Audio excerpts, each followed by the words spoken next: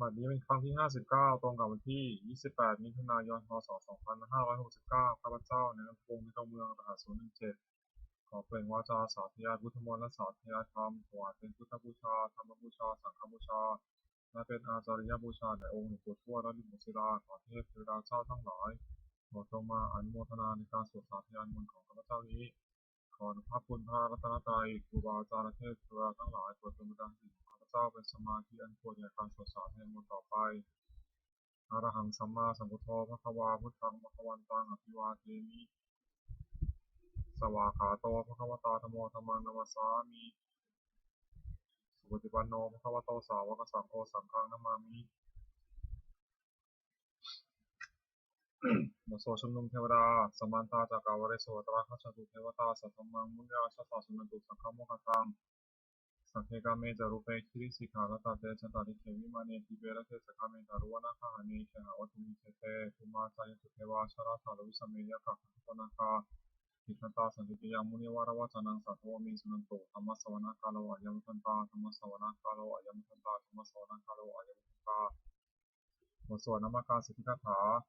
นะโมตัสสะภะคะวะโตอะระหะโตสัมมาสัมพุทธัสสะนะโมตัสสะภะคะวะโตอะระหะโตสัมมาสัมพุทธัสสะนะโมตัสสะภะคะวะโตอะระหะโตสัมมาสัมพุทธัสสะ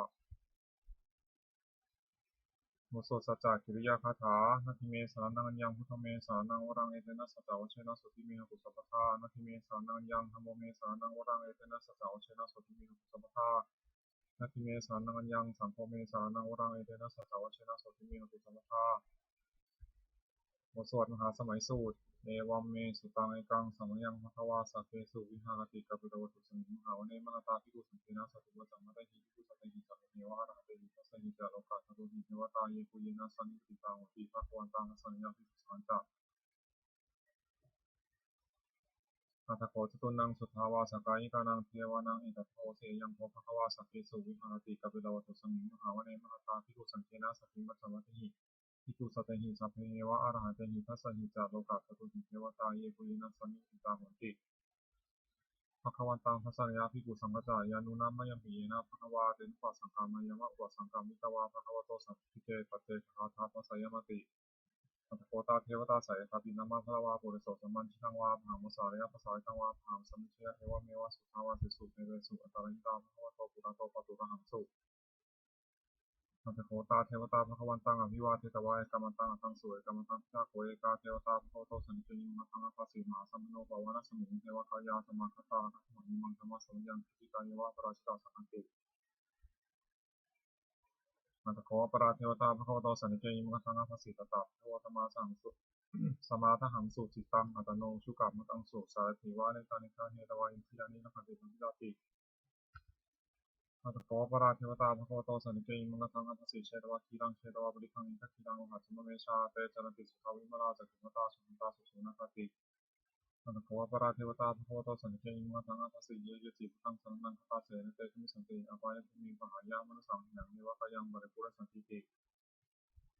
อัตถโกภควาภิกขุมันเตสีเยปุยนาภิกขเวทัสสะสุโลกาสตุสุเทวตาสมิติตาหุติภาคตังทัสสะเนยภิกขุสังฆะเยปิเตภิกขเวสุติกามัทนังอนันโตสัมมาสัมพุทธา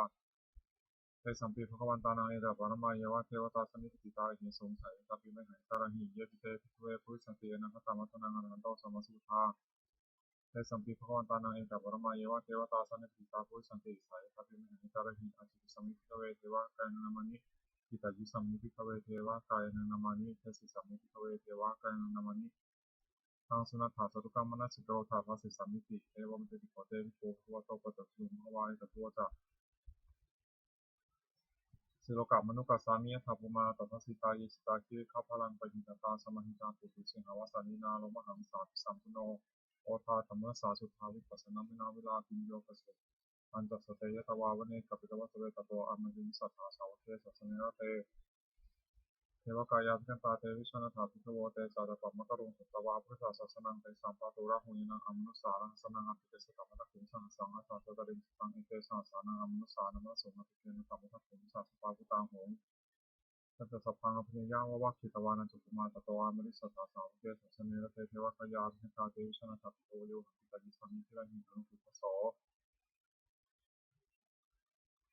สัตตสหัสสาวยะขาภูมากับิลวัตวายกิมันโตชุริมันโตวันนวันโตยสัสสิโนมธรรมนาธิกรรมติปุนังสมิงมุนังชาสหัสสาหิมวัตายะขานันโตนิโยกิมันโตชุริมันโตวันนวันโตยสัสสิโนมธรรมนาธิกรรมติปุนังสมิงมุนัง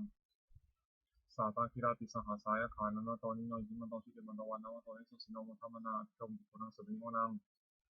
เจเตโสรัสสหัสสายะขานันโตนิโยกิมันโตชุริมันโตวันนวันโตยสัสสิโนมธรรมนาธิกรรมติปุนังสมิงมุนัง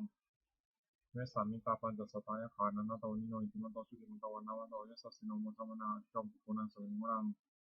ภูมิโรราชาขิโกวิปุสสันเวสนังพิโยนังสตัสสะสังยะขานังวินิรุปัสสติภูมิโรราชาขิโกโสภคาสมิงมุนังปริมันจัตติสังราชาทุตาลโทภาษาสติกันธรรมนาธิปติมหาราชายสัสสิโสพุทธปิดสัพพะเวนธรรมนามหาพลายมโตชุริมโนวันนวโตเวสัสสิโนมธรรมนาอธิกรรมปุรังสมิงมุนังทักขินันจัตติสังราชาวิรูปโขภาษาทักขินันจัตติสังราชาวิโรจน์โหตปาสสติกุมัทนาธิปติมหาราชายสัสสิโสพุทธปิดสัพพะเวนธรรมนามหาพลายมโตชุริมโนวันนวโตเวสัสสิโนมธรรมนาอธิกรรมปุรังสมิงมุนังปัจฉิมันตัดที่สังราชาวิรูปโขภาษาสตินาคณาธิปติมหาราชายสัสสิโสพุทธปิดาสาภาวิธรรมนามหันตรายกิมโตชิเดมโนวันนวโตยสัสสิโนมธรรมนาอัตถัมภุนังสบิงวนังมุตารัญจาทิสังราชากุวโรตปัสสะสริยคณาธิปติมหาราชายสัสสิโสพุทธปิดาสาภาวิธรรมนามหันตรายกิมโตชิเดมโนวันนวโตยสัสสิโนมธรรมนาอัตถัมภุนังสบิงวนังปุริมาทิสังตาลโถทิคินาวุนทโกปชิมินาวุปโขกุเวโรตังทิสังตาลเตมหาราชาสมันตาตโรทิสังตรมนาทิสุวนิตวิโลเตเตสัมปัญญาวิโนทัสสะอาคูวันจันทิจาสถามียาเป็นทุเวทิทิภูตาภูโตสหะสันทโนกรรมเสถโตกินพันธุนิพันธุจาปนโตกรรมโยจาเทวสุโตสมาธิสิตเสนตันทโกนโรราชาโชตโกอาคูกันตุสิโกเทวตินทรุสุริยวัจสาเอเตติเนจารสนคันธาสาราชุมธรรมนาทิสุนังสุโมนังตาคูนมัสสานาคาเวสลาสหัสชะกาคัพพะสตาคุเบยคาสายติยมนาคาสาสาคุณคายสิกิโนเอราวันโนมานาโกสุขัสมิโมนังเยนะคาราเชสาสาหรติพิพาทิชาปฏิวิสุทธิสักโขวิหายสัตเทวนามัสสะตาติตาสุปนาอิติสามังอัพยันตานาคาราชนามัสสีสุวรรณโตเขมมะกาสิโตสัพพิวัตหิปะอายันตานาคาสุปนาสานาอากังสุพุทธังจิตาวชิระหัตเถนะสมุทาสุรัตตาภัตตารวาสาวเสเตอิทิมันโตยิสสิโนกาลคัญชามหาสิกาลคัญชามหาพิสมาอสุราทางเวทสาวิปัสสิสุจิติจาปหาราโทนมุติสหัสตันจักมุตุตันังสเวเวโรจนามกาสันนิตวะพลิสังนังราหุตามุปักมุสัมโยตันติทัตเตตุนังสมิงวนังอาโปตเทวาปทวิจาเตชวายโยตถาคโมรุณาวรุณเทวาสมโมตะยะสัสสะเมตตากรุณาไกเมตตากรุณาไกกากุเทวายะสัสสิโนทัสเสติทัสสะภะกายะสัพเพนะโตนิโนอิทิมันโตชุติมันโตวันนวโตยะสัสสิโนมุทัมมนาคัมปุนังสมิงวนังเวทุจเทวาสังลิจาสมาตุเวยมาตุทสุปสัตเทวาจันทมกุบุรคิตาสุเรสุปสัตเทวาสุเรมกุบุรคิตานะคารมิปุรเทวาคุมันทวะละกาวะสุนังวะโสเสโตสโกปะคาปุริโตทัสเสติทัสสะทากายะสัพเพนะโตนิโนอิทิมันโตชุติมันโตวันนวโตยะสัสสิโนมุทัมมนาคัมปุนังสมิงวนังตถาภูสาวกเทวาชาลมุขิสิกขาริวะอเนกาจาจาโรชาจาอุมาปุพานิพาสิโนวรุณาสาธรรมจาติตาจเนชกาสุรายาอุจิราภูวะภูวะสาวเนสิโนทัสเสติทัสสะทากายะสัพเพนะโตนิโนอิทิมันโตชุติมันโตวันนวโตยะสัสสิโนมุทัมมนาคัมปุนังสมิงวนังสมานามาสมานามานุสามานุสุตมังคิภาบุสกาภูวะภูมโนคุสกาถาภูหรโยเทวายจาริตวาสิโนปาระคามหาปาระคาเทวายะสัสสิโนทัสเสติทัสสะทากายะสัพเพนะโตนิโนอิทิมันโตชุติมันโตวันนวโตยะสัสสิโนมุทัมมนาคัมปุนังสมิงวนังสุกาการุมหารุณาคุเอตนะสาสนาโอตาตะกัญญาพระมุขาคุเทวาวิจักนาสัทธรรมตหารัตสามิสกาตยะสิสิโนธนายาคาปุชโนอิสาบุสติทัสเสติทัสสะทากายะสัพเพนะตาวินโนอิมัตโตชิเดมตวันนวันโตยสัสสิโนมัทธรรมนานิโกปุกุลังสมิงวนังเทมิยะตุจิตายามากาตกาตยะสัสสิโนสัมภะกาลามาเสถาชุตินามาจาสวานิมานาทิโนอาคูถาคุปรานิมิตาทัสเสติทัสสะทากายะสัพเพนะตาวินโนอิมัตโตชิเดมตวันนวันโตยสัสสิโนมัทธรรมนานิโกปุกุลังสมิงวนังสัตเถเตเทวนิกายาสัพเพนันตวนิโนนามันวายินาคัจโฉเยติเมสัสสะสหะอุทัสสะเทมิติลังโอคาดินามนาสวานะขุนทัตรังนาคังจัตถวาสิรัตตังสุพรมาบรมโตจัตุตาอิทิมโตสหัสสันนัมคุมโรติโสจัสโสภะคาสมิงวนังสะสัพพมะโลกานังมัพพมาทิฏฐิติปะมโนชิติมโตปิสวากายโยวิสัสสโสทิสัสสะอิสระภูปจิตาวะโสติโนเตสัจจมัชฌวาคาหาริโตปริวาริโต จัสสพเพวิคันเตสินเทเวสัพพมะเคมาราสนาภิกามิปัสสะกานะสามัญญาอิทาคานะถาคันธาราคินาปัทมะโทสมัตตาปฏิวาริตามาวมุจตะโกตินังกิเตถามาสิโนคานะสัมนาเปสิมิปานินาตละมหะจัสสรังกัตวันเทระวังนิถาโตตะโกมิโตทนานิโตสุชิโกตถาโสปุจจาวติสังพุทโธอาเสยังวะเสตันตสัพพะมิยาวะคิตวานะตุจมาตะโตอามันดิสัทธาสาวเกสัสเนระเตมาราสนาภิกตาเตวิชนะทัพโตเตจาตปะมะกรุงสุตวาพุทธศาสนังมิตาราคิมตุกัมมิสังมุติชิวิสัพเพวิสิตาสังฆามังเยติกายสัสนมุติสังบุติสาวกาเตชนะสุตติ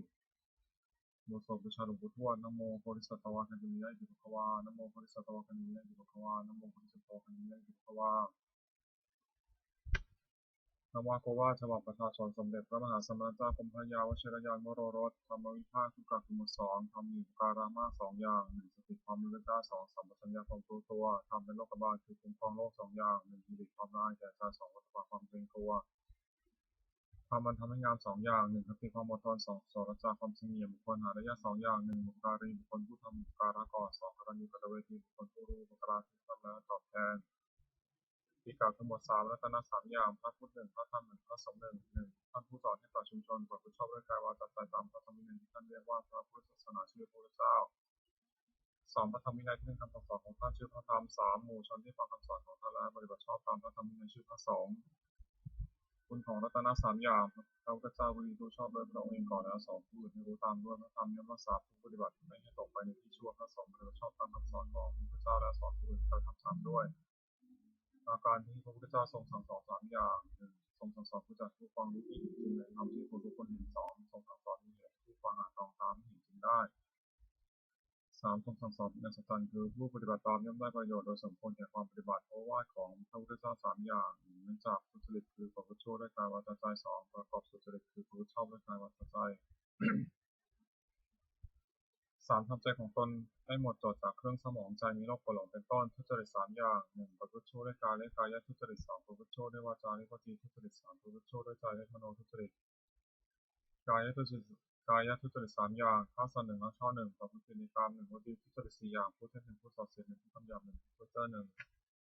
มโนทุจริตสามอย่างโลภอยากได้ของเขาหนึ่งปฏิบัติปองร้ายเขาหนึ่งเห็นผิดจากกองทำหนึ่งทุจริตสามอย่างนี้เป็นสิ่งที่ควรทำควรจะละเสีย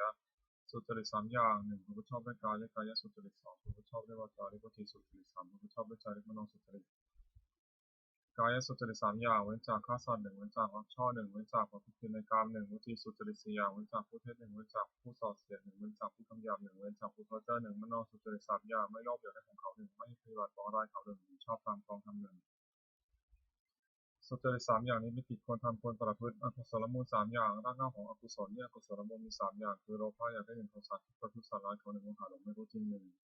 เมื่ออกุศลมูลเหล่านี้โลภะโทสะโมหะก็ดีอยู่แล้วอกุศลอื่นที่ไม่เกิดขึ้นก็เกิดขึ้นที่เกิดแล้วก็จะเริ่มมากขึ้นเห็นนั้นก็ละเสีย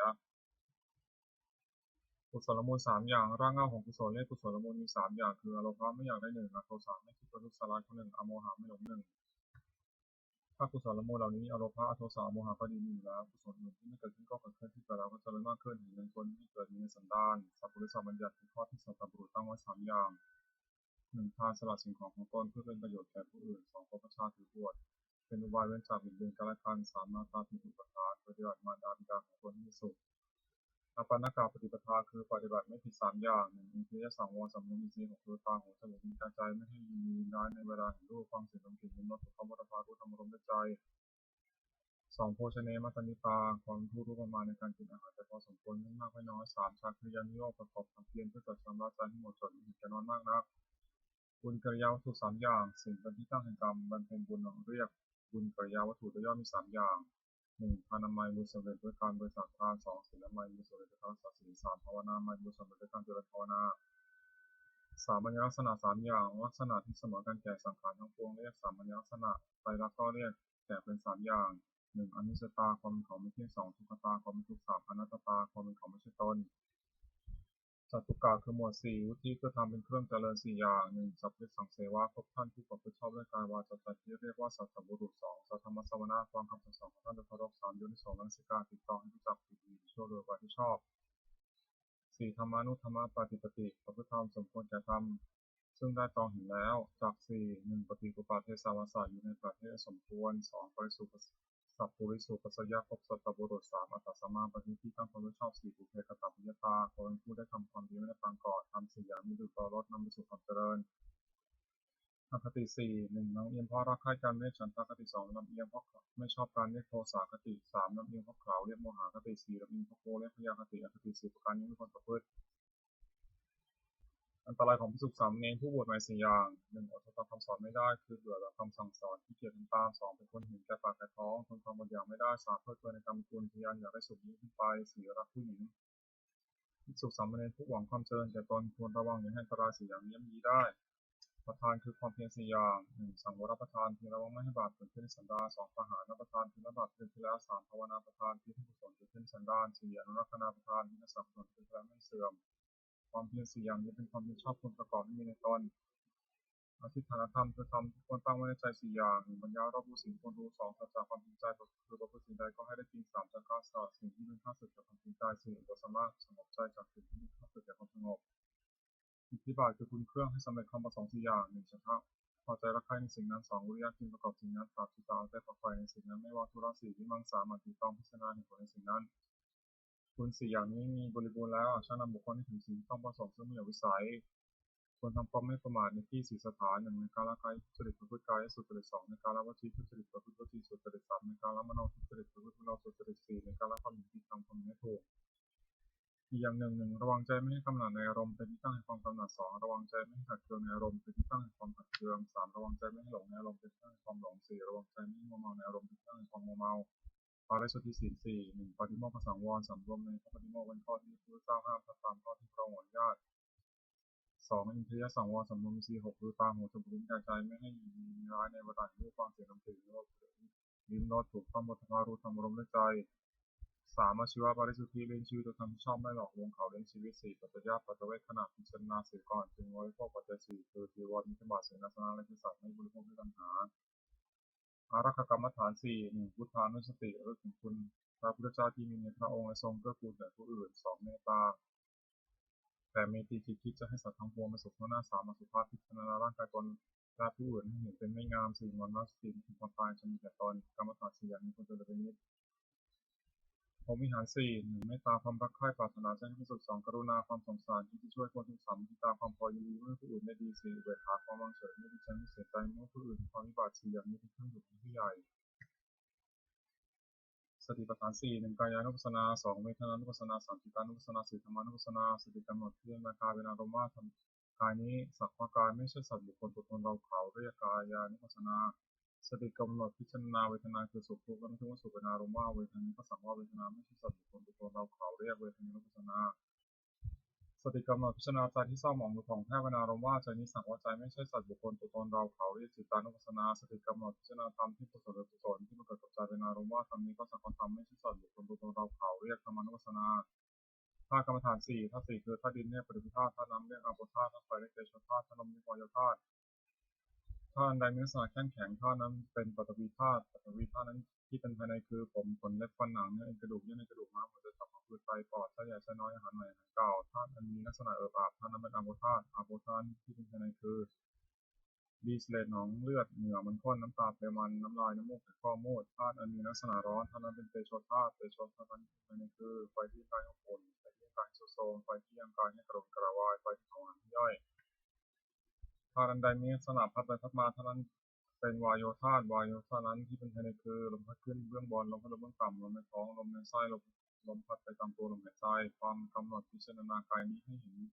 ว่าเป็นแต่เพียงธาตุสี่คือดินน้ำไฟลมประชุมกันอยู่ไม่ใช่เราไม่ใช่ของเราเรียกว่าธาตุกรรมฐานอริยสัจสี่หนึ่งคือสองสมุทัยคือเหตุทุกข์เกิดสามนิโรธความดับทุกข์สี่มรรคข้อปฏิบัติที่ถึงความดับทุกข์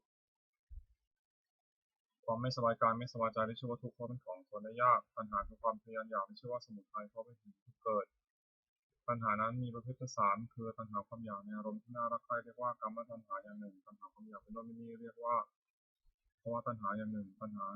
ความอยากไม่เป็นโน่นเป็นนี่เรียกว่าวิภวตัณหาอย่างหนึ่งความดับตัณหาได้สิ้นเชิงทุกข์ดับไปหมดในช่วงนิโรธเพราะเป็นความดับทุกข์ปัญญาเห็นช่องว่าสิ่งนี้ทุกข์สิ่งนี้เห็นทุกข์เกิดสิ่งนี้ทางให้ถึงความดับทุกข์ที่ชั่วมรรคเพราะเป็นข้อปฏิบัติที่ถึงความดับทุกข์มรรคนั้นมีองค์แปดประการคือปัญญาเห็นชอบหนึ่งดำริชอบหนึ่งเจรจาชอบหนึ่งทำการงานชอบหนึ่งเลี้ยงชีวิตชอบหนึ่งทำความเพียรชอบหนึ่งตั้งสติชอบหนึ่งตั้งใจชอบหนึ่ง ปัจจกะขมวด5อนันตริยกรรม5 1มาตุฆาตฆ่ามารดา2มาตุฆาตฆ่าบิดา3มาตุฆาตฆ่าพระอรหันต์4โลหิตตุบาททำร้ายพระพุทธเจ้าจนถึงยังพระโลหิตที่นอกขึ้นไป5สังฆเทศยัง2ให้แตกจากกันกรรม5อย่างนี้เป็นบาปมรรคพิสุทธิ์ห้ามสอนห้ามนิพพานตั้งเป็นฐานปราชิกของผู้ถือพระพุทธศาสนาห้ามไม่ให้ทำเด็ดขาดอภิธรรมปัสสเวท5 1ควรพิจารณาทุกวันว่าเรามีความแก่เป็นธรรมดาไม่ลุกความแก่ไปได้2ควรพิจารณาทุกวันว่าเรามีความเจ็บเป็นธรรมดาไม่ลุกความเจ็บไปได้3ควรพิจารณาทุกวันว่าเรามีความตายเป็นธรรมดาไม่ลุกความตายไปได้4ควรพิจารณาทุกวันว่าเราจะต้องพัดพลาดจากของรักของชอบใจทั้งสิ้น5ควรพิจารณาทุกวันว่าเรามีกรรมของตัวเราทำดีจากได้ดีทำชั่วจากได้ชั่วเวสาราชกนธรรมคือทำความกล้าหาญ5อย่างศรัทธาเชื่อถือคนเชื่อ2 4รักษากายวาจาให้เรียบร้อย3ทำสัจจะความเป็นผู้ศึกษามาก4วิริยะรัมภะความเพียร5ปัญญารับรู้สิ่งที่ควรรู้องค์แห่งภิกษุใหม่5อย่างสำรวมในพระปฏิโมกข์เป็นข้อที่พระพุทธเจ้าห้ามทำตามข้อที่ทรงอนุญาต2สำรวม4คือระวังตาหูจมูกลิ้นกายใจไม่ให้มีร้ายครอบงำได้ในเวลาเห็นรูปด้วยตาเป็นต้น3ความเป็นคนไม่เกิดเฮฮา4อยู่ในเสนาสนะอันสงัด5มีความเห็นชอบภิกษุใหม่ควรตั้งอยู่ในธรรม5อย่างนี้องค์แห่งธรรมะก็คือนักเทศ5อย่าง1แสดงธรรมไปโดยลำดับไม่ขาดลัดไม่ขาดความ2อ้างเหตุผลแนะนำผู้ฟังเข้าใจ3ตั้งจิตเมตตาปรารถนาให้เป็นประโยชน์แก่ผู้ฟัง4ไม่แสดงธรรมเพราะเห็นแก่ลาภ5ไม่แสดงธรรมปรารถนาตนและผู้อื่นคือว่าไม่ยกตนเสียดสีผู้อื่นภิกษุผู้ได้ธรรมะก็คือคุณตั้งองค์5อย่างนี้ไม่ตนธรรมะสวนานิสงส์คืออานิสงส์แห่งการฟังธรรม5อย่างผู้ฟังธรรมย่อมได้ฟังสิ่งที่ไม่เคยฟัง2สิ่งใดไม่เคยฟังแล้วแต่ไม่เข้าใจชัดย่อมเข้าใจสิ่งนั้นชัด3บรรเทาความสงสัยเสียได้4ทำความเห็นถูกต้องได้5จิตของผู้ฟังย่อมผ่องใสพละคือทำเป็นกำลัง5อย่าง1ศรัทธาความเชื่อ2วิริยะความเพียร3สติความระลึกได้4สมาธิความตั้งใจมั่น5ปัญญาความรอบรู้อินทรีย์5ข้อเรียกเพราะเป็นใหญ่ในของตนนิวรณ์5ทำมันกั้นจิตไม่ให้บรรลุความดีเรียกว่านิวรณ์มี5อย่างพอใจรักใคร่ในอารมณ์ที่ชอบใจมีรูปเป็นต้นเรียกกรรมฉันทะ2ปองร้ายผู้อื่นและเรียกพยาบาท3ความที่จิตหูและเคลิบเคลิ้มในวิทะ4ฟุ้งซ่านและรำคาญเรียกอุทุจักกุกุจจะ5ลังเลไม่ตกลงได้เรียกวิจิกิจฉาขันธ์5กายกับใจนิพพาน5กองได้ขันธ์5 1รูป2เวทนา3สัญญา4สังขาร5วิญญาณ4คือดินน้ำไฟลมประชุมกันเป็นกายนี้เรียกว่ารูปความรู้สึกอารมณ์ว่าเป็นสุขคือสบายกายสบายใจหรือเป็นทุกข์คือไม่สบายกายไม่สบายใจหรือเฉยๆคือไม่ทุกข์สุขเรียกว่าเวทนาความจำได้หมายรู้คือจำรูปเสียงกลิ่นรสสัมผัสอารมณ์ที่เกิดกับใจได้เรียกว่าสัญญาเจตสิกธรรมคืออารมณ์ที่เกิดกับใจส่วนนี้ได้กุศลส่วนชั่วได้กุศลส่วนกลางๆไม่มีไม่ช่วยอัพยากฤิเรียกว่าสังขารความรู้อารมณ์ในเวลาเมื่อรูปมากระทบตาเป็นต้นเรียกว่าวิญญาณขันธ์5นี้ย่อเรียกว่านามรูปเวทนาสัญญาสังขารวิญญาณรวมเข้าเป็นนามรูปเป็นรูป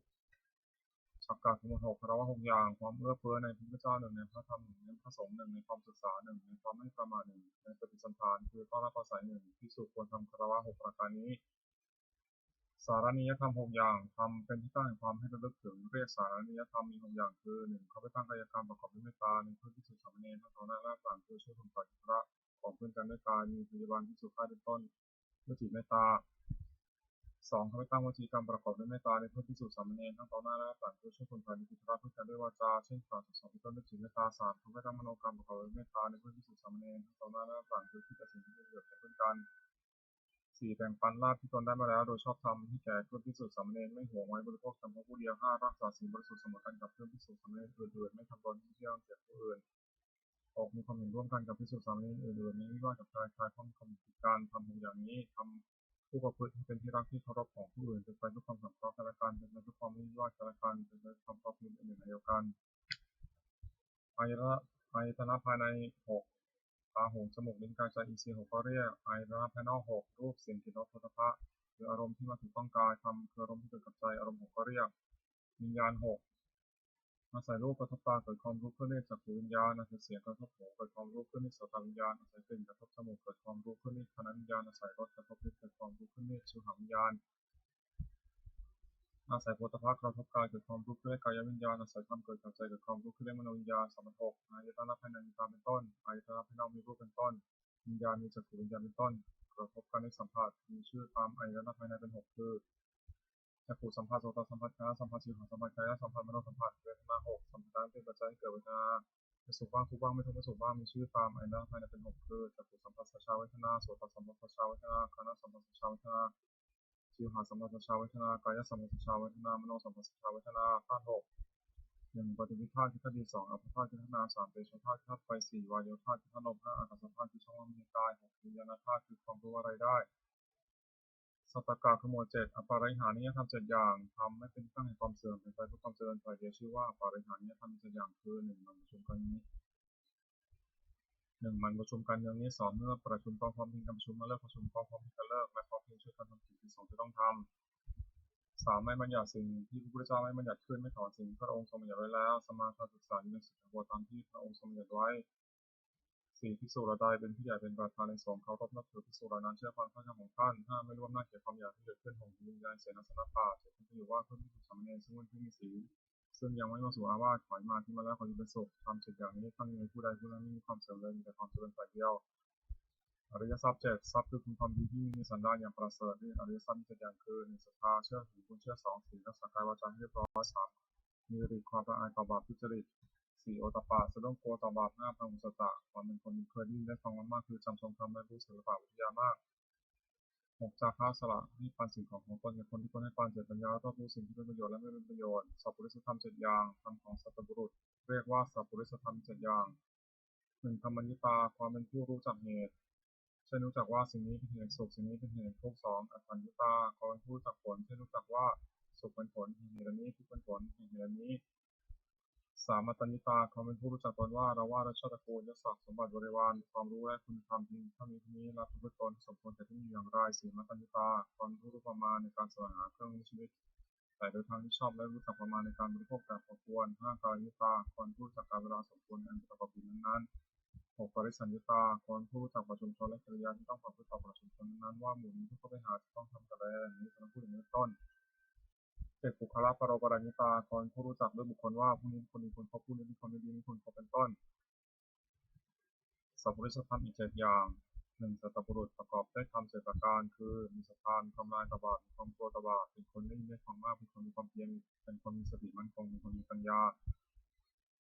2. จะปรึกษาสิ่งใดกับใครๆก็ไม่ปรึกษาเพื่อจัดบิดเบือนตนและผู้อื่น 3. จะคิดสิ่งใดก็ไม่คิดเพื่อบิดเบือนตนและผู้อื่น 4. จะพูดสิ่งใดก็ไม่พูดเพื่อจัดบิดเบือนตนและผู้อื่น 5. จะทำสิ่งใดก็ไม่ทำเพื่อจัดบิดเบือนตนและผู้อื่น 6. มีความเห็นชอบมีเห็นว่าทำนี้ได้ดีนั้นเพื่อชมต้น 7. ให้ทานโดยเคารพคือเอื้อเฟื้อแก่ของที่ตัวให้และผู้รับทานนั้นไม่ทำอาการดุทิ้งเสีย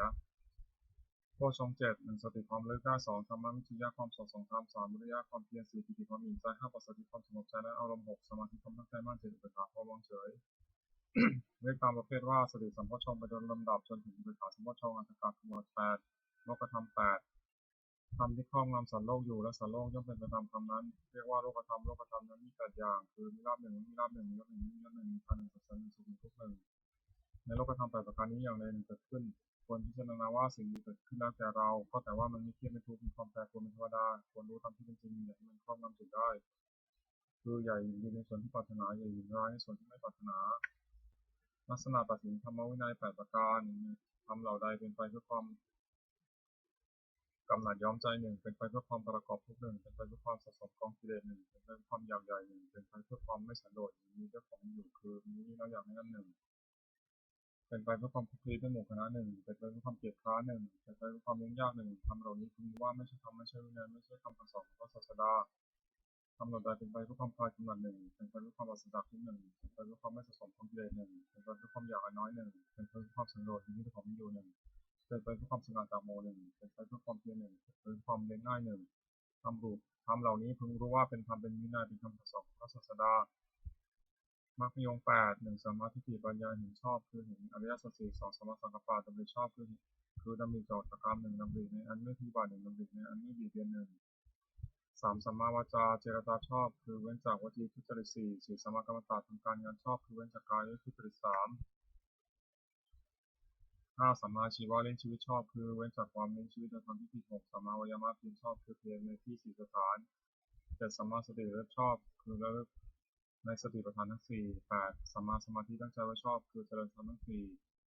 ในองค์มรรคทั้ง 8 นั้นเห็นชอบด้วยหรือชอบสงเคราะห์เข้าในปัญญาสิกขาวาจาชอบการงานชอบเลี้ยงชีพชอบสงเคราะห์เข้าในศีลสิกขาที่ชอบเลยชอบตั้งใจไว้ชอบสงเคราะห์เข้าในจิตสิกขานวากาคือหมวด 9 มาละคือมนทิน 9 อย่างโกรธ 1 มรรคบุญคุณท่าน 1 เมสยา 1 ปณี 1 มายา 1 มรรคบุญ1 พูดโกรธ 1 มีความปรารถนาละโมก 1 ทัศกะคือหมวด 10 อกุศลกรรมหมวด 10 จัดเป็นกายกรรมคือทำด้วยกาย 3 อย่าง 1 ปาณาติบาตทำชีวิตสัตว์ให้ตกล่วงคือฆ่าสัตว์ 2 อธินาทาน หรือเอาสิ่งของที่เจ้าของไม่ได้ให้ด้วยการเห็นขโมย3การมีสุมิชฌาจารประพฤติผิดในกามจัดเป็นวจีกรรมคือทำด้วยวาจา4อย่าง4มุสาวาทพูดเท็จ5ปิศนาวาจาพูดส่อเสียด6มุสาวาจาพูดคำหยาบ7สัมภปราปพูดเพ้อเจ้อจัดเป็นมโนกรรมคือทำด้วยใจ3อย่าง8อภิชาโลภอยากได้ของเขา9พยาบาทวงร้ายเขา10มิจฉาทิฏฐิที่จะทำกรรม4อย่างนี้เป็นทางบาปไม่ควรดำเนินกุศลกรรมบท10จัดเป็นกายกรรม3อย่าง1ปานาติปตาวรมณีเว้นจากทำชี้สัตว์ที่ตกล่วง2อันทินาธนาวรมณีเว้นจากยกสิ่งของที่เจ้าของไม่ได้ให้ด้วยการขโมย3กามเมสุมิชฌาจาราวรมณีเว้นจากประพฤติผิดในกามจัดเป็นวจีกรรมคือทำด้วยวาจา4อย่าง4มุสาวาทาวรมณีเว้นจากพูดเท็จ5ปิศนายาวาจายาวรมณีเว้นจากพูดส่อเสียด6ปรุสัยยาวาจายาวรมณีเว้นจากพูดคำหยาบ7สัมภปราปาวรมณีเว้นจากพูดเพ้อเจ้อจัดเป็นมโนกรรมคือทำด้วยใจ3อย่าง8อนัตติชาไม่โลภอยากได้ของเขา9อภิวาทนี่พยาบาทของร้ายเขา10สัมมาทิฏฐิชอบทำทองทำกรรม10อย่างนี้ทำบุญควรดำเนินบุญกริยาวัตถุ10อย่าง1ทานามัยบุญสำเร็จด้วยการบริจาคทาน2ศีลไมัยบุญสำเร็จด้วยการรักษาศีล3ภาวนามัยบุญสำเร็จด้วยการเจริญภาวนา4อปัจจยนามัยบุญสำเร็จด้วยการพูดถ่อมตนแก่ผู้ใหญ่5วัยวัจมัยบุญสำเร็จด้วยการช่วยคนฝ่ายในกิจที่ชอบ6ปฏิทานามัยบุญสำเร็จด้วยการให้ส่วนบุญ7ปัตตานุโมทนามัยบุญสำเร็จด้วยการอนุโมทนาส่วนบุญ8ธรรมสวนาบุญสำเร็จด้วยการฟังธรรม9ธรรมเทศนาไมยบุญสำเร็จด้วยการแสดงธรรม10พิธีกรรมการทำความให้ตรงทำที่บรรพชิตคนพิจารณาเนืองๆ10อย่าง1บรรพชิตคนพิจารณาเนืองๆว่าบัดนี้เรามีเพศต่างๆที่หาแล้วอาการกิริยาใดๆของสมณะเราต้องทำอาการกิริยานั้น2บรรพชิตคนพิจารณาเนืองๆว่าความเป็นชีพของเราเนื่องด้วยผู้อื่นเราควรทำตัวให้เขาเลี้ยงง่าย3บรรพชิตคนพิจารณาเนืองๆว่าการกายวาจาอย่างอื่นที่เราจะต้องทำให้ขึ้นที่เราจะต้องทำให้ดีขึ้นไปกว่านี้ยังมีอีกไม่ใช่เพียงเท่านี้6 4บรรพชิตคนพิจารณาเนืองๆว่าตัวของเราเองติเตียนตัวของเราเองโดยศีลหรือไม่5บรรพชิตคนพิจารณาเนืองๆว่าผู้ใคร่ควรแล้วติเตียนเราโดยศีลหรือไม่6บรรพชิตคนพิจารณาเนืองๆว่าเราจะต้องพัดพาจากของรักของชอบใจทั้งนั้น7บรรพชิตคนพิจารณาเนืองๆว่าเราเป็นกรรมเป็นของตัวทำจากได้ดีทำชั่ว8บรรพชิตคนพิจารณาเนืองๆว่าวันคืนล่วงไปแบบนี้เราทำอะไรอยู่9บรรพชิตคนพิจารณาเนืองๆว่าเรายินดีในที่สง่าหรือไม่10บรรพชิตคนพิจารณาเนืองๆว่าคุณวิเศษของเรามีอยู่หรือไม่ที่จะให้เราเป็นผู้ไม่เก้อเขินในเวลาเพื่อนบรรพชิตถามในการภายหลังนาถกรณธรรมคือทำที่พึ่ง10อย่าง1ศีลรักษากายวาจาให้เรียบร้อย2ทำสัจจะความพูดได้สลับกับฟังมาก3กัลยาณมิตรตาความเป็นผู้มีเพื่อนดีงาม4สัพพะจตุตาความเป็นผู้ง่ายสอนง่าย5กินกาลีสุขตาความขยันนำใจใส่ในกิจธุระของเพื่อนภิกษุสามเณร6ธรรมกรรมตาความใคร่ในธรรมชอบ7วิริยะเพียรเพื่อจะละความชั่วประพฤติความดี8สันโดษมีด้วยพระนุภาพของอาหารที่นอนที่นั่งและยาตามมีจำได้9สติทำการที่จะทำและคำพูดแล้วแม้นั้นได้10ปัญญาระบุในกองสังขารเราจะเป็นอย่างไรคาถาวัตถุคือถ้อยคำที่ควรพูด10อย่าง1นำไปใช้คาถาถ้อยคำที่ชักนำให้มีความปรารถนาน้อย2สัตว์ตุคาถาถ้อยคำชักนำให้สันโดษมีด้วยปัจจัยตามมีจำได้3ปวิเวกคาถาถ้อยคำชักนำให้สนับกายสนับใจ4อสังสัพพะคาถาถ้อยคำชักนำให้รักคนด้วยหมู่5วิริยารัมภคาถาถ้อยคำชักนำให้บรรลุความเพียร6ศีลคาถาถ้อยคำชักนำให้ต้องอยู่ในศีล7สมาธิคาถาถ้อยคำชักนำให้ทำใจให้สงบ8ปัญญาคาถาถ้อยคำชักนำให้กับปัญญา9วิมุตติคาถาถ้อยคำชักนำให้ทำใจให้พ้นจากกิเลส10วิมุตติญาณทัศนคาถาถ้อยคำชักนำให้ทำถ้อยคำที่ชักนำให้เกิดความรู้ความเห็นในความที่ใจพ้นจากกิเลสอนุสติคืออารมณ์คนลึก10ประการ1พุทธานุสติและถึงคุณของพระพุทธเจ้า2ธรรมานุสติและถึงคุณของพระธรรม3สังฆานุสติและถึงคุณของพระสงฆ์4ศีลานุสติและถึงคุณของตน5จาคานุสติและถึงทานที่ตนบริจาคและ6เทวตานุสติและถึงคุณที่ทำให้บุคคลเป็นเทวดา7มรณสติและถึงความตายที่มาถึงตน8กายคตาสติและทั่วไปในกายให้เห็นว่าไม่งามน่าเกลียดโสโครก9อานาปานสติตั้งสติกำหนดลมหายใจเข้าออก10อุปสมานุสติและถึงคุณพระนิพพานซึ่งเป็นที่ระงับกิเลสและกองทุกข์ปกิณณกะปกิณณกะคือหมวดเบตเตเลตอุปกิเลสคือโทษเครื่องสมอง16อย่าง1อภิชาวิสมาโลภะละโมบไม่สม่ำเสมอความเป็น1 2โทสะ2โทสะร้ายกาจ3โกรธ5โกรธ4อุปนาหะบุคคลร้าย5มัคคะลบหลู่คุณท่าน6พลาสะที่เสมอคือยกโทษถึงท่าน7อิสาริษยาคือเห็นเขาได้ดีคนอยู่ไม่ได้8มัจฉริยะธานี9มัญญา9มายามัญญาคือเจ้าเล่ห์10สัตยะโอ้อวด11ธรรมะหูดื้อ12สารพัดแห่งมี13มานะคือตัว14อธิวานะ1 5 15มัทธามุมา16ปมาทาเลเลอร์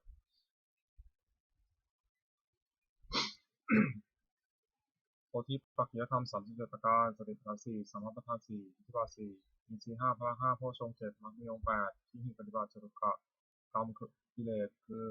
กรรมเครื่องสมอง4อย่าง1ปาณาติบาตทำชี้ที่สัตว์ที่ตกล่วง2อธินาทานถือเอาสิ่งของที่เจ้าของไม่ได้ให้ด้วยการขโมย3กาเมสุมิจฉาจารประพฤติผิดในกาม4มุสาวาทพูดเท็จทำ4อย่างนี้นักปราชญ์ไม่สรรเสริญเลยอบายมุขคือเหตุเครื่องชิบหาย4อย่าง1ความเป็นนักเลงหญิง2ความเป็นนักเลงสุรา3ความเป็นนักเลงเล่นการพนัน4ความคบคนชั่วเป็นมิตรข้อ4ประการนี้เป็นผลประกอบที่ทำให้การทำประโยชน์คือประโยชน์ในปัจจุบัน4อย่างในสถานะสมถะถึงพร้อมด้วยความหมั่นในการประกอบกิจเครื่องเลี้ยงชีวิตก็ดีในการศึกษาเรียนก็ดีในการทำธุระหน้าที่ของตนก็ดี2อารักขาสัมปทาถึงพร้อมด้วยการรักษาคือรักษาทรัพย์ที่แสวงหามาได้ด้วยความหมั่นไม่ให้เป็นอันตรายก็ดีรักษาการงานของตัวไม่เสื่อมเสียเป็นก็ดี3กัลยาณมิตรตาความมีเพื่อนเป็นคนดีไม่ของคนชั่ว4สมาชิกตาความมีชีวิตโดยความเลี้ยงชีวิตตามสมควรแก่กำลังทรัพย์ที่หาได้ไม่ให้เปิดเผยน้ำให้บูมปลายนักสัมปรายกระทำประโยชน์คือประโยชน์ภายหน้า4อย่างมีศรัทธาสมถะถึงพร้อมด้วยศรัทธาคือเชื่อถึงคนเชื่อเช่นเชื่อว่าทำดีได้ดีเป็นช่วยเป็นต้น2ศีลสัมปทาถึงพร้อมด้วยศีลคือรักษากายวาจาเรียบร้อยดีไม่มีโทษ3จาคะสัมปทาถึงพร้อมด้วยการบริจาคทานในการเฉลิมสุขให้แก่ผู้อื่น4ปัญญาสัมปทาถึงพร้อมด้วยปัญญารู้จักว่าบุญคุณโทษประโยชน์ไม่ใช่ประโยชน์เป็นต้นมิตรปฏิรูปคือคนที่มีศีลจำพวก1คนบอกเล่า2คนมีแต่พูด3คนหัวประจบ4คนชักชวนในทางที่หายคน4คนพวกนี้ไม่ใช่มีแต่คนที่มีคนคบ1คนบอกเล่าไม่ลักษณะ4 1ที่เราถือได้ฝ่ายเดียว2สิ่งที่น้อยคิดน้อยได้มาก3ไม่มีใครแก่ตัวจึงรับความผิดของเพื่อน4คบเพื่อนก็เห็นแก่ประโยชน์ของตัว2คนจะพูดมีลักษณะ4 1เก็บเอาของโรงแรมมาปราศัย2อ้างเอาของที่ไม่มีมาปราศัย3ส่งของที่สิ่งหักโยมไม่ได้4ออกปากไม่ได้3คนหัวกระจกมีลักษณะ4 1จะทำชั่วก็คอยตาม2จะทำดีก็คอยตาม3ต่อหน้าว่าสรรเสริญ4หลังข้ามนินทา4คนชักชวนในทางที่ผ่านมีลักษณะ4 1ชักชวนดื่มน้ำเมา2ชักชวนเที่ยวกลางคืน3ชักชวนให้เมาในการเล่น4ชักชวนเล่นการพนันมิตรแท้4จำพวก1มีโอกาส2มีร่วมสุขร่วมทุกข์3มีแน่ประโยชน์4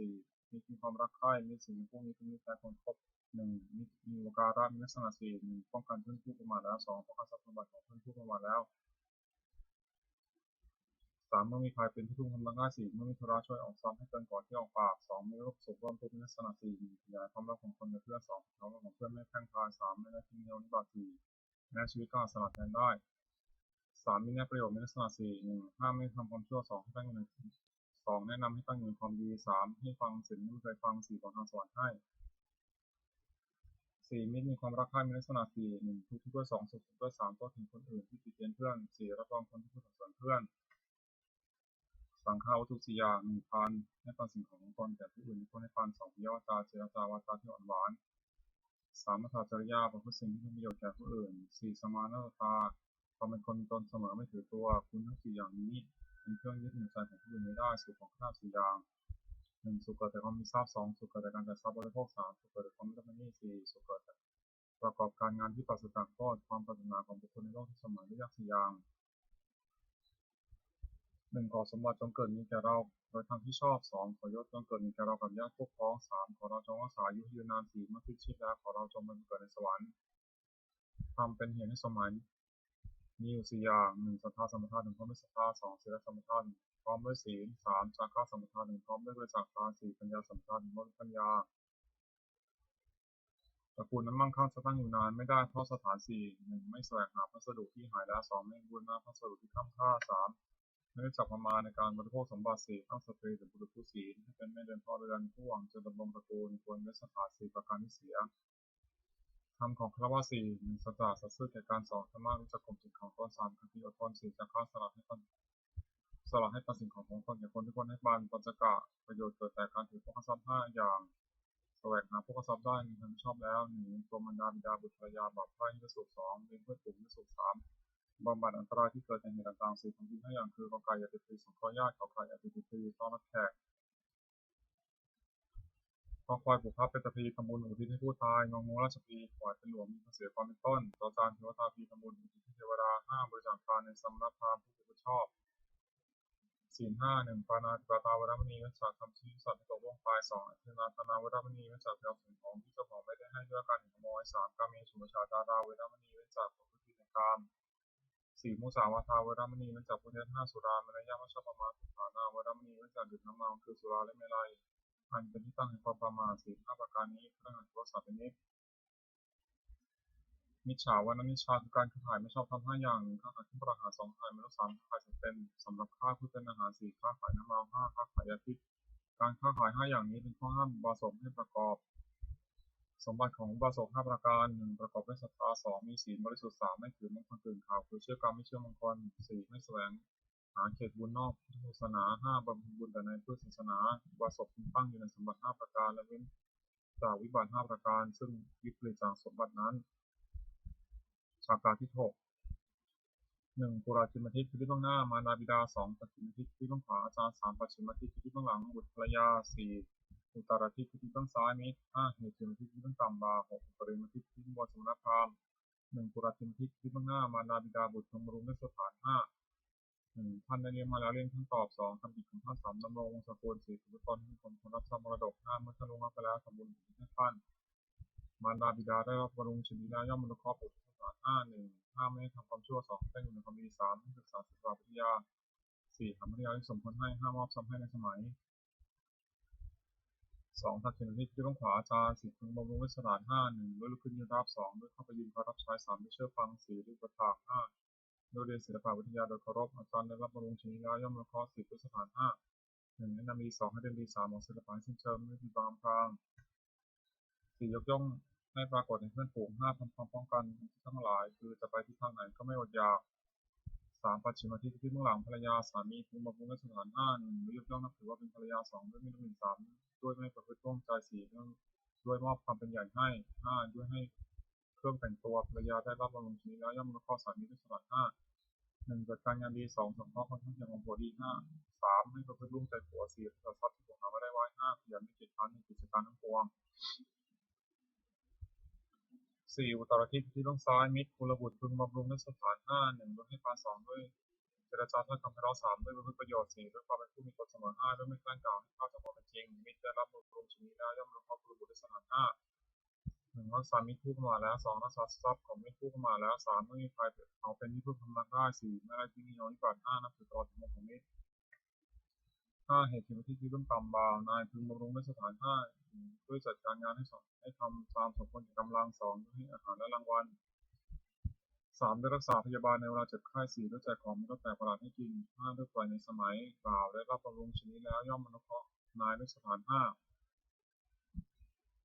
1. ลุกขึ้นทำการงานก่อนนาย 2. เลิกการงานทีหลังนาย 3. ถือเอาแต่ของที่นายให้ 4. ทำการงานให้ดีขึ้น 5. นำสิ่งของนายไปสรรเสริญในที่นั้นๆ 6. อุปริมทิศที่เบื้องบนสมณพราหมณ์กุลบุตรพึงบำรุงด้วยสถาน 5.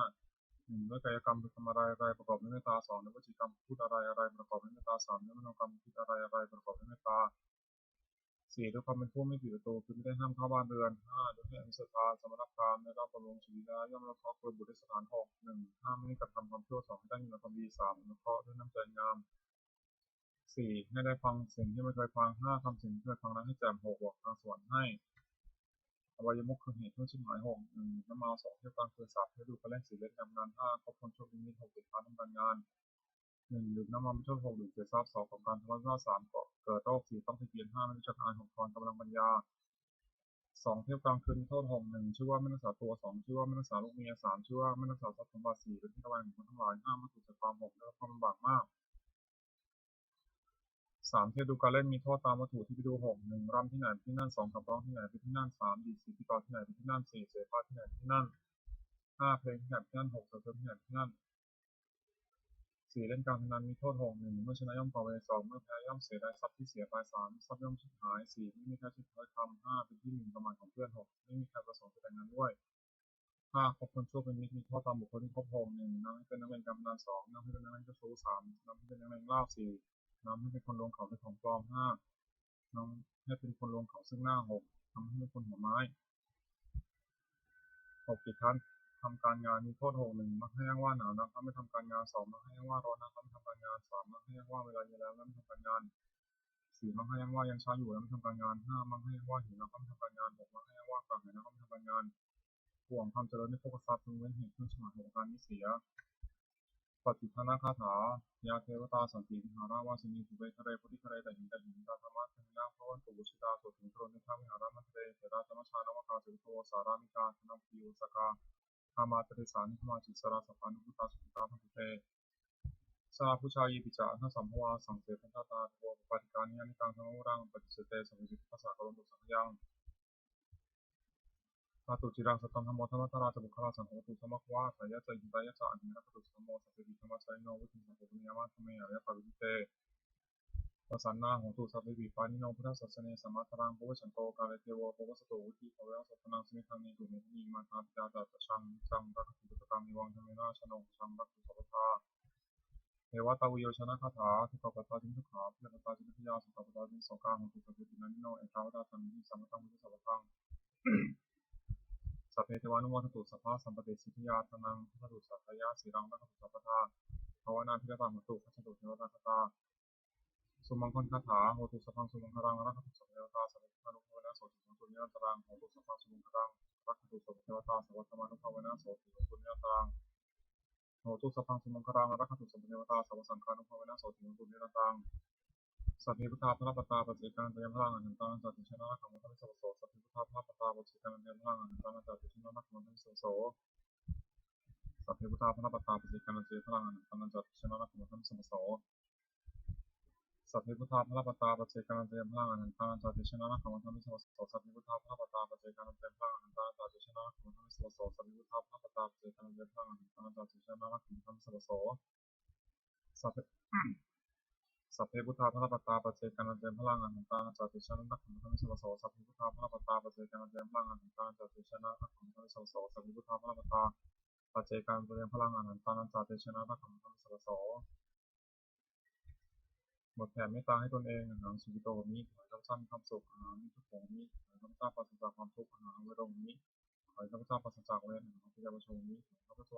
ให้ข้าพเจ้าปราศจากอุปสรรคอันตรายทั้งปวงสุขีตนังบริหารามิขอให้ข้าพเจ้าจงมีความสุขกายสุขใจรักษากายวาจาใจให้พ้นจากทุกข์ภัยทั้งปวงเถิดบทสวดแผ่เมตตาให้สรรพสัตว์ทั้งหลายสรรพสัตว์ทั้งหลายที่เป็นผู้ทุกข์เกิดเจ็บตายด้วยกันทั้งหมดทั้งสิ้นเอาไว้ต่างตัวชมสุขสุขเถิดจะได้มีเวรจากกันและกันเลยอย่าพยาบาทชังตัวชมสุขสุขเถิดจะได้มีวิสุทธิกันและกันเลยอันนี้ทางตัวชมสุขสุขเถิดจะได้มีความสุขกายสุขใจเลยสุขีตนังบริหารันตุจงมีความสุขกายสุขใจรักษาตนให้พ้นจากทุกข์ภัยทั้งสิ้นเถิดบทแผ่เมตตาอุทิศสัพเพสัตตาสัพพังโหตุอเวราสุขาชีวิโนขอให้สัตว์ทั้งหลายอย่าได้มีเวรแก่กันและกันเลยจงเป็นผู้ดำรงชีพอยู่กับสุขทั่วเถิดจะตั้งบุญยังพลังมันหังสัพเพพังคีพ้นตุเตขอให้สัตว์ทั้งหลายจงได้สวยผลบุญที่ข้าพเจ้าได้บำเพ็ญด้วยการวาจาใจนั้นเถิดขอในส่งแห่งผลบุญกุศลนี้จงเป็นสัพพะสิริมงคลแก่พระเจ้าข้าพเจ้าปลอดภัยจากทุกโศกโรคภัยอันตรายทั้งปวงที่มีอย่างไรสุขเดชมั่นคงสมาชิกชอบธรรมเพราะว่าไม่มีอดอยากยากจนขอได้มีแต่ข้าพเจ้าขอให้ข้าพเจ้ามีสมาธิตั้งมั่นในพระธรรมคำสอนขององค์สมมาสัมพุทธเจ้าดำรงอยู่ในความดีงามตลอดกาลนานอีกทั้งประเทศทุกรัฐทั้งหลายที่ได้อนุโมทนาสาธุการในกุศลนี้โปรดประสิทธิ์ประสาทพรน้อมส่งอนุภาพในมงคลสู่วัตถุมงคลของผู้ช่วยสิทธิมรรคยานกุศิลารวมถึงวัตถุมงคลทั้งปวงสามสิ่งของเวทที่จะตั้งขึ้นที่ถึงโดยพุทธานุภาพเทวานุภาพและฤทธานุภาพศักดิ์สิทธิ์มาผลสิริมงคลของครอบครองบูชาประการเทิน